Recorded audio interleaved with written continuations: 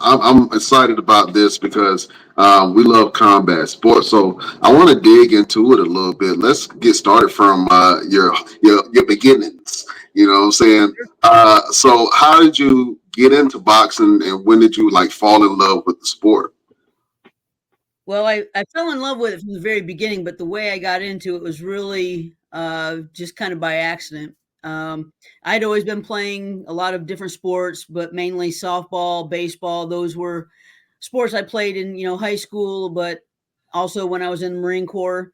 So when I got out, I chose to stay in North Carolina, and I was playing on a couple different leagues, couple different teams. I was like pretty much playing 7 days a week, couple different towns in Raleigh and Cary and North Carolina, and I was just like all over the place. So I always my motto's always been like, if something wasn't fun anymore, or I just wasn't finding like the same kind of joy, not that I wasn't having fun, that I would, look for something different. And that point came, when I was in my late 20s, and really more so, I was just having a lot of issues with my throwing arm and shoulder. So I just figured it was kind of time for me to look for something different. And I started going to the gym and just training, and that was kind of getting boring to me after about a year. And I went and interviewed for a job.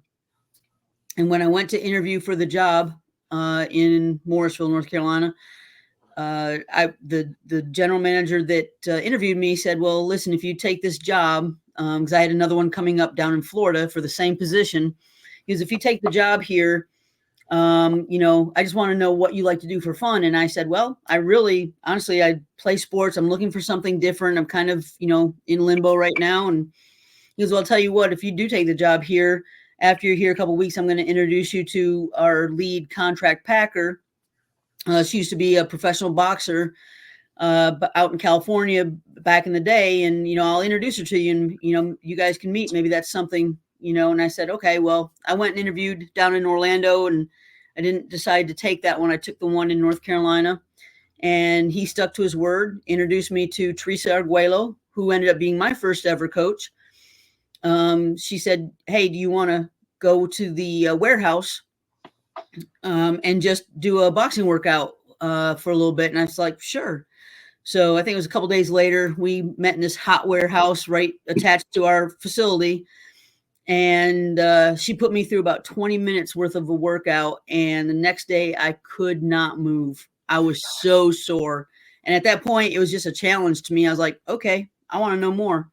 And from that point on, she worked with me for a while, and got me into my first bouts my first interest into the love of boxing. And eventually her fiance at the time was wanting her to spend more time at home and stuff. And so I ended up losing her, and just kind of took the path forward to keep on going, trying to figure out more about the sport, because I had already fallen in love with it.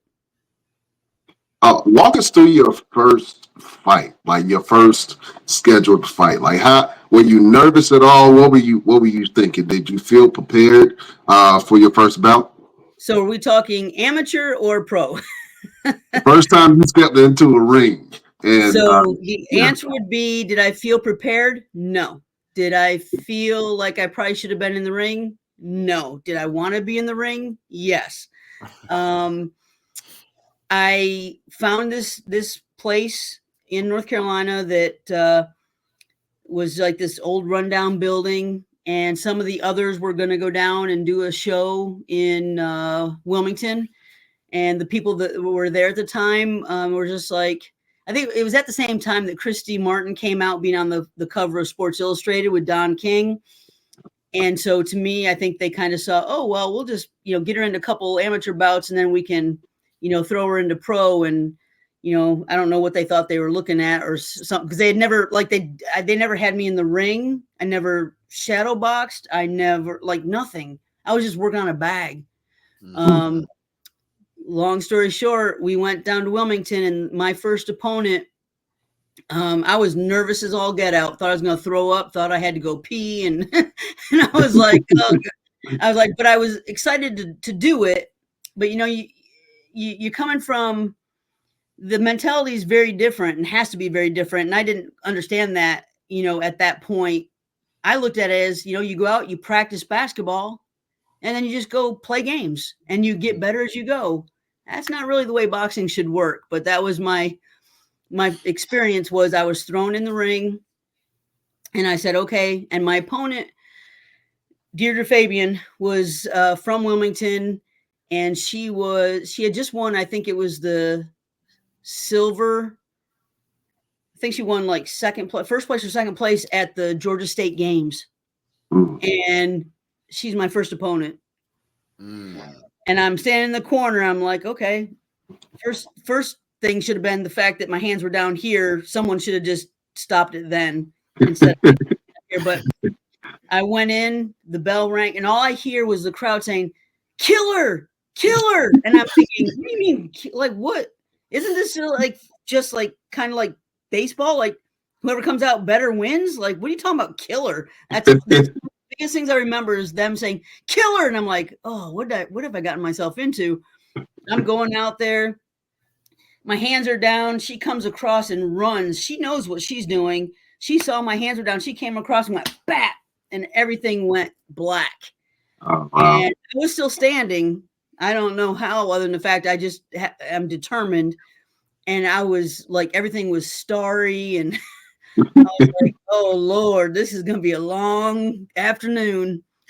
And got out of the first round, went into the second round, and thank God one of the guys that was working the corner, he eventually threw in the towel, and I was grateful because I'm that person. I'm not gonna quit.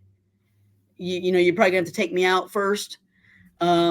But thankfully he threw the towel in, and so survived to fight another day, so to speak. But 2 weeks later I had another bout, and it was against the same person in a different town. But instead I actually ended up lasting the entire fight.